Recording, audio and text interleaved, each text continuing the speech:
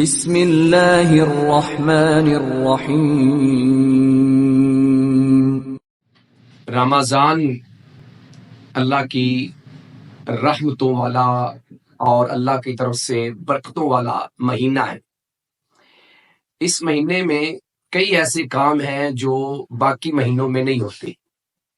جو ان میں خاص ہوتے ہیں۔ ان میں سے ایک خاص کام ہے کہ اس مہینے میں لوگ اعتکاف کرتے ہیں۔ ویسے تو اعتکاف کسی بھی مہینے میں، کسی بھی دن میں، کسی بھی وقت میں کیا جا سکتا ہے، لیکن جو اہتمام کر کے باقاعدہ طور پہ اعتکاف کیا جاتا ہے وہ رمضان میں کیا جاتا ہے۔ اعتکاف کا جو لغوی معنی ہے یا اس کا مطلب ہے وہ ہے لزوم الشیء وحبس النفس علیہ، کہ کسی چیز کو لازم کر لینا اور اپنے نفس کو روک لینا اس کے لیے، یا اس کام پر روک لینا۔ مطلب یہ ہے کہ انسان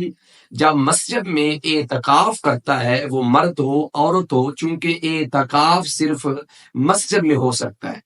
گھر میں اعتکاف نہیں ہے، چاہے وہ مرد ہے چاہے وہ عورت ہے، اعتکاف کے لیے جگہ جو ہے وہ مسجد ہے۔ تو مسجد میں وہ اپنے آپ کے لیے لازم یہ کرتا ہے کہ میں نے دنیا کے تمام معاملات کو چھوڑ کے صرف اور صرف اللہ کی عبادت کرنی ہے۔ تو اعتکاف کا جو لغوی معنی اہل علم نے بیان کیا ہے وہ یہی ہے۔ امام باغاوی رحمہ اللہ تعالی جو ہیں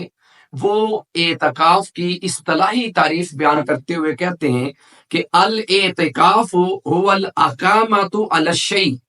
کہ اعتکاف کسی چیز کے اوپر اقامت کا یا مستقل مزاجی کا نام ہے، اس پہ قائم رہنے کا نام ہے۔ فقیل لمن لازم المسجد، کہ کہا گیا ہے کہ اس شخص کے لیے مسجد میں عبادت کرنا لازم ہے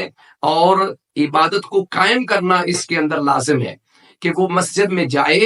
اور وہ مخصوص دنوں کے لیے یعنی رمضان کے آخری عشرے میں اعتکاف کرے،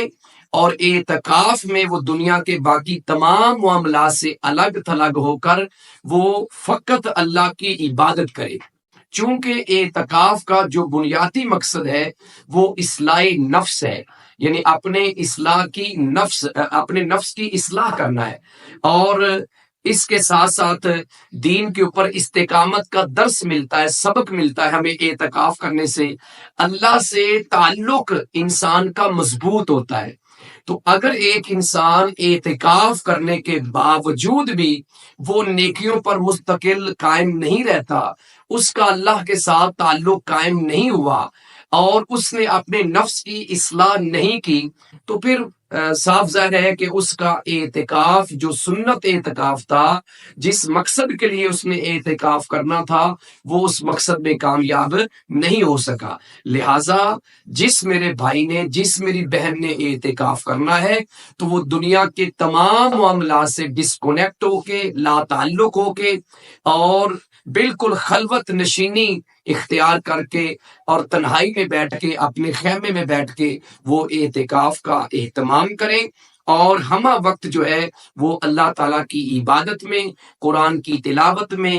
ذکر و اذکار میں مشغول رہیں، نہ کہ اکثر مساجد میں جس طرح دوست احباب، خاص کر نوجوان، وہ گروپ کی شکل میں بیٹھ جاتے ہیں اور وہ گپے ہانکتے رہتے ہیں، گفتگو کرتے رہتے ہیں، دنیاوی امور کو ڈسکس کرتے رہتے ہیں۔ تو اعتکاف کا یہ مقصد جو ہے یہ بالکل نہیں ہے۔ اعتکاف کے مقاصد کو سمجھ کر ہمیں اعتکاف کرنا چاہیے۔